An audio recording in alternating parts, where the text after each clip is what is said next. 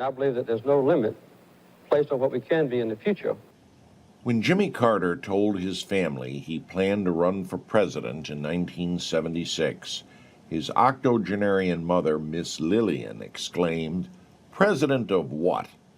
A U.S. Navy veteran, head of his family's peanut farm, and a one-term governor of Georgia, James Earl Carter Jr. seemed a long-shot candidate for the Democratic nomination for president, to say the least.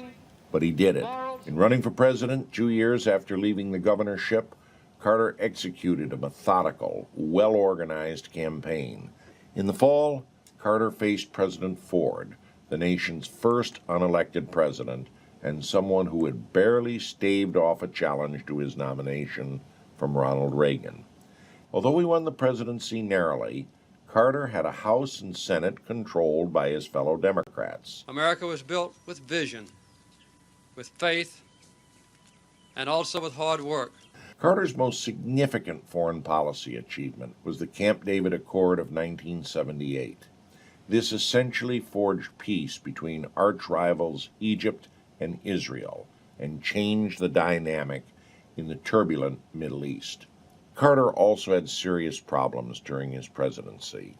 Tonight I want to have an unpleasant talk with you about a problem that's unprecedented in our history. Inflation and unemployment were in double digits, and the energy crunch led to long lines at the pump for working-class Americans. It was Iran that provided the most painful blow to President Carter and America. On November 9, 1979, militant supporters of the new fundamentalist regime seized 50 U.S. diplomats. This picture tells it all. The nightly reports on ABC News of America held hostage, coupled with a failed rescue attempt, essentially sealed the fate of the Democratic president. Hello, I just wonder if you had any report to give.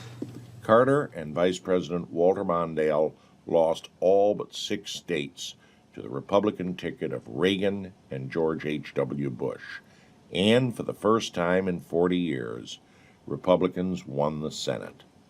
Out of a job and a private citizen again at 56, Jimmy Carter found new and most rewarding endeavors. He helped build homes for the underprivileged under the aegis of Habitat for Humanity.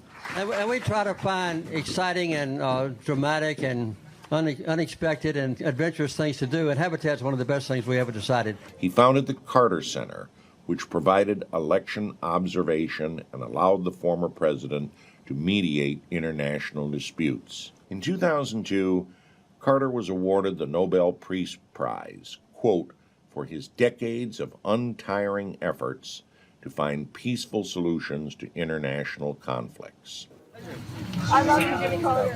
For his accomplishments after he was president, more than anything he did in the White House, Americans remember and mourn Jimmy Carter.